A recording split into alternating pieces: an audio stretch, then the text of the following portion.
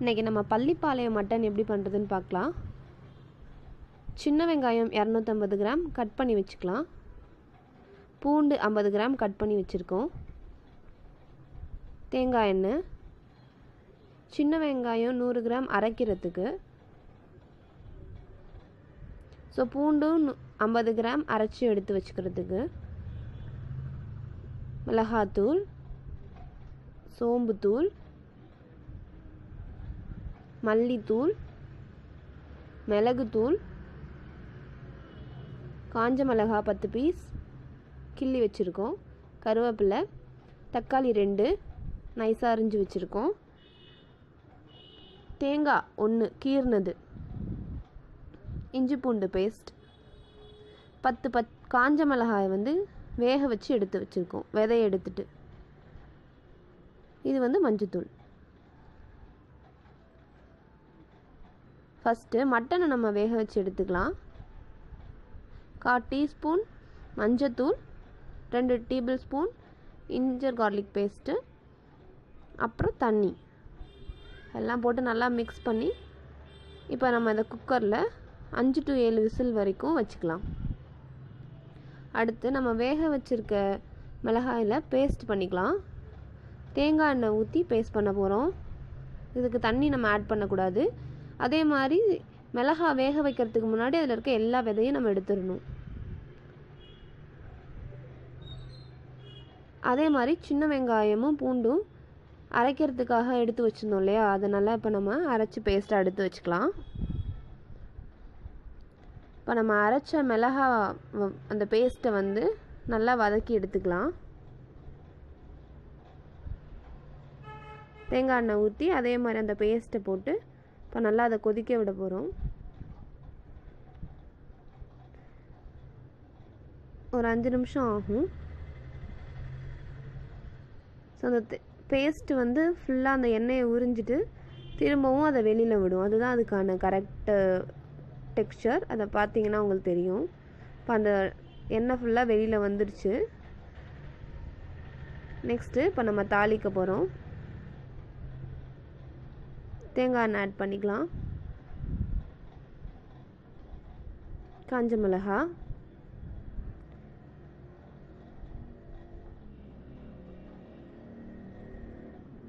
கருவேப்பிலை,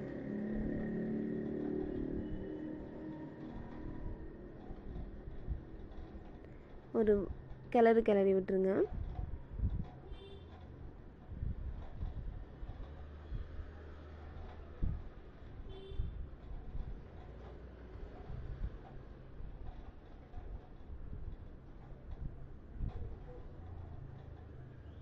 நெக்ஸ்ட்டு சின்ன வெங்காயம் ஆட் பண்ணிட்டோம். இதையும் நல்லா வதக்கிக்கோங்க.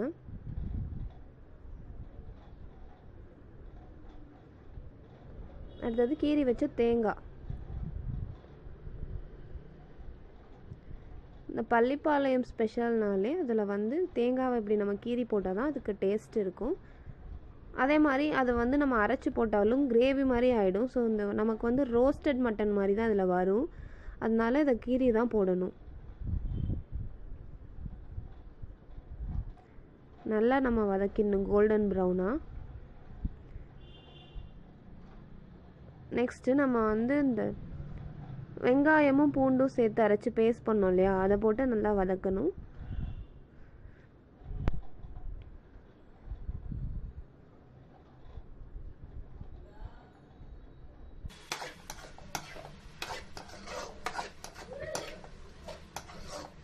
இதோட பச்சை வாடை போகிற அளவு நல்லா வதக்கி எடுத்துக்கலாம்.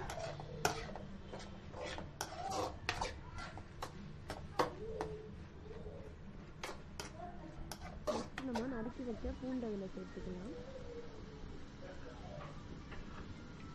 இதையும் நல்லா வதக்கிடுங்க. இப்போ மட்டன் நல்லா வெந்துருச்சு.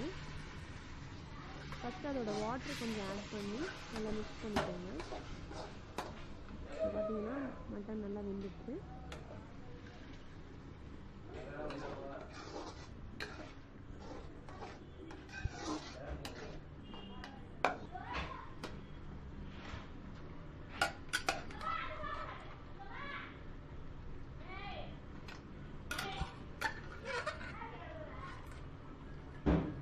ஸோ மட்டன் வேக வச்ச வாட்டரையும் நம்ம இதிலே ஊற்றி அதை வந்து நல்லா சுண்டுற அளவுக்கு வதக்கி எடுக்கணும். அடுத்தது நம்ம கட் பண்ணி வச்சுருக்க தக்காளி 2த்தையும் ஆட் பண்ணிடணும்.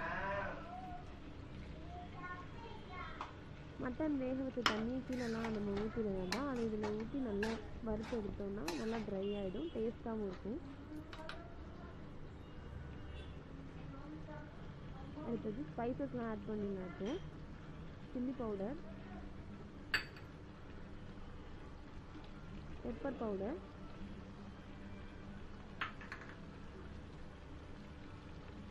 மல்லித்தூள்,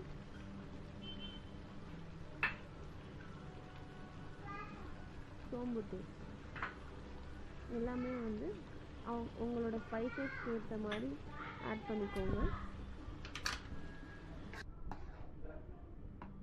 காரம் நிறையா சாப்பிட்ற மாதிரி இருந்தீங்கன்னா மிளகுத்தூள் கொஞ்சம் அதிகமாக போட்டுக்கோங்க, அப்போ நல்லா கொஞ்சம் காரமாக இருக்கும். தேவையான அளவு உப்பு சேர்த்துக்கலாம். அடுத்தது இந்த மிளகாய் பேஸ்ட் நம்ம ஏற்கனவே வதக்கி வச்சோம் இல்லையா, அதையும் இப்போ நம்ம இதில் ஆட் பண்ண போகிறோம்.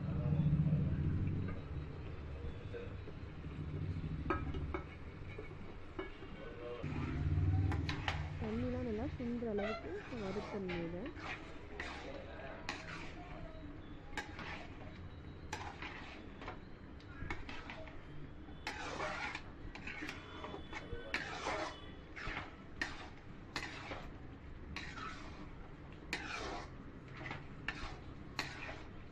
தண்ணி ஓரளவுக்கு சுண்டிருக்கு.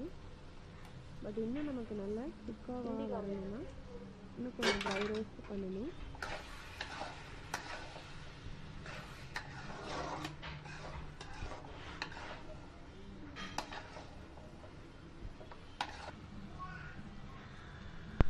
இப்போ பார்த்தீங்கன்னா நல்லா ட்ரை ரோஸ்ட் ஆகிடுச்சு. ஆயிலெலாம் செப்ரேட் ஆகி மேலே வர ஆரம்பிச்சிருக்கு.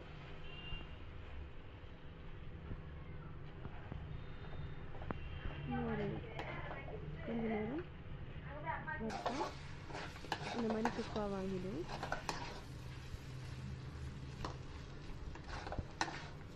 நமக்கு பள்ளிப்பாளையம் மட்டன் ரெடியாகிடுச்சு.